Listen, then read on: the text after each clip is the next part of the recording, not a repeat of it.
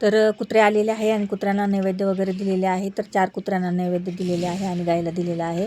तर दरवेळेस ते खात नाही बरं का. दरवेळेस खूप नाटकं करतात, परंतु ह्यावेळेस आहे ना एकदम व्यवस्थितपणे त्यांनी आनंदाने नैवेद्य खाल्लेला आहे. त्यामुळे मला पण भारी वाटलेलं आहे.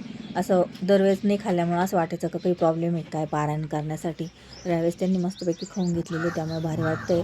तर 4 प्रकारच्या कुत्र्यांना दिलेली मी नैवेद्य आणि 1 गाईला दिलेला आहे. आणि त्यावरून तुम्हाला समजलंच असेल का मला गुरुचरित्राचं पारायण करायचं आहे. तर मी स्वामी सारामृत पण नित्यनेमाने 7 दिवसाचं पारायण करत असते कंटिन्यू. आणि आज मला गुरुचरित्राचं पारायण करायचं आहे. तर आज माझा पहिला दिवस आहे. तर खूप छान पद्धतीने मी मांडणी वगैरे करून घेतलेली आहे. कलश वगैरे मांडलेला आहे आणि फुलं वगैरे सर्व काही साहित्य व्यवस्थित मांडलेलं आहे. तर तुम्ही बघत असाल तर खूप छान प्रसन्न वाटत आहे आणि अशा पद्धतीने गुरुचरित्राचं पारायण मी आज चालू केलेलं आहे. तर चॅनलवर नवीन असाल तर चॅनलला सबस्क्राईब करा, बेल आयकॉन बटन दाबा आणि मस्त मस्त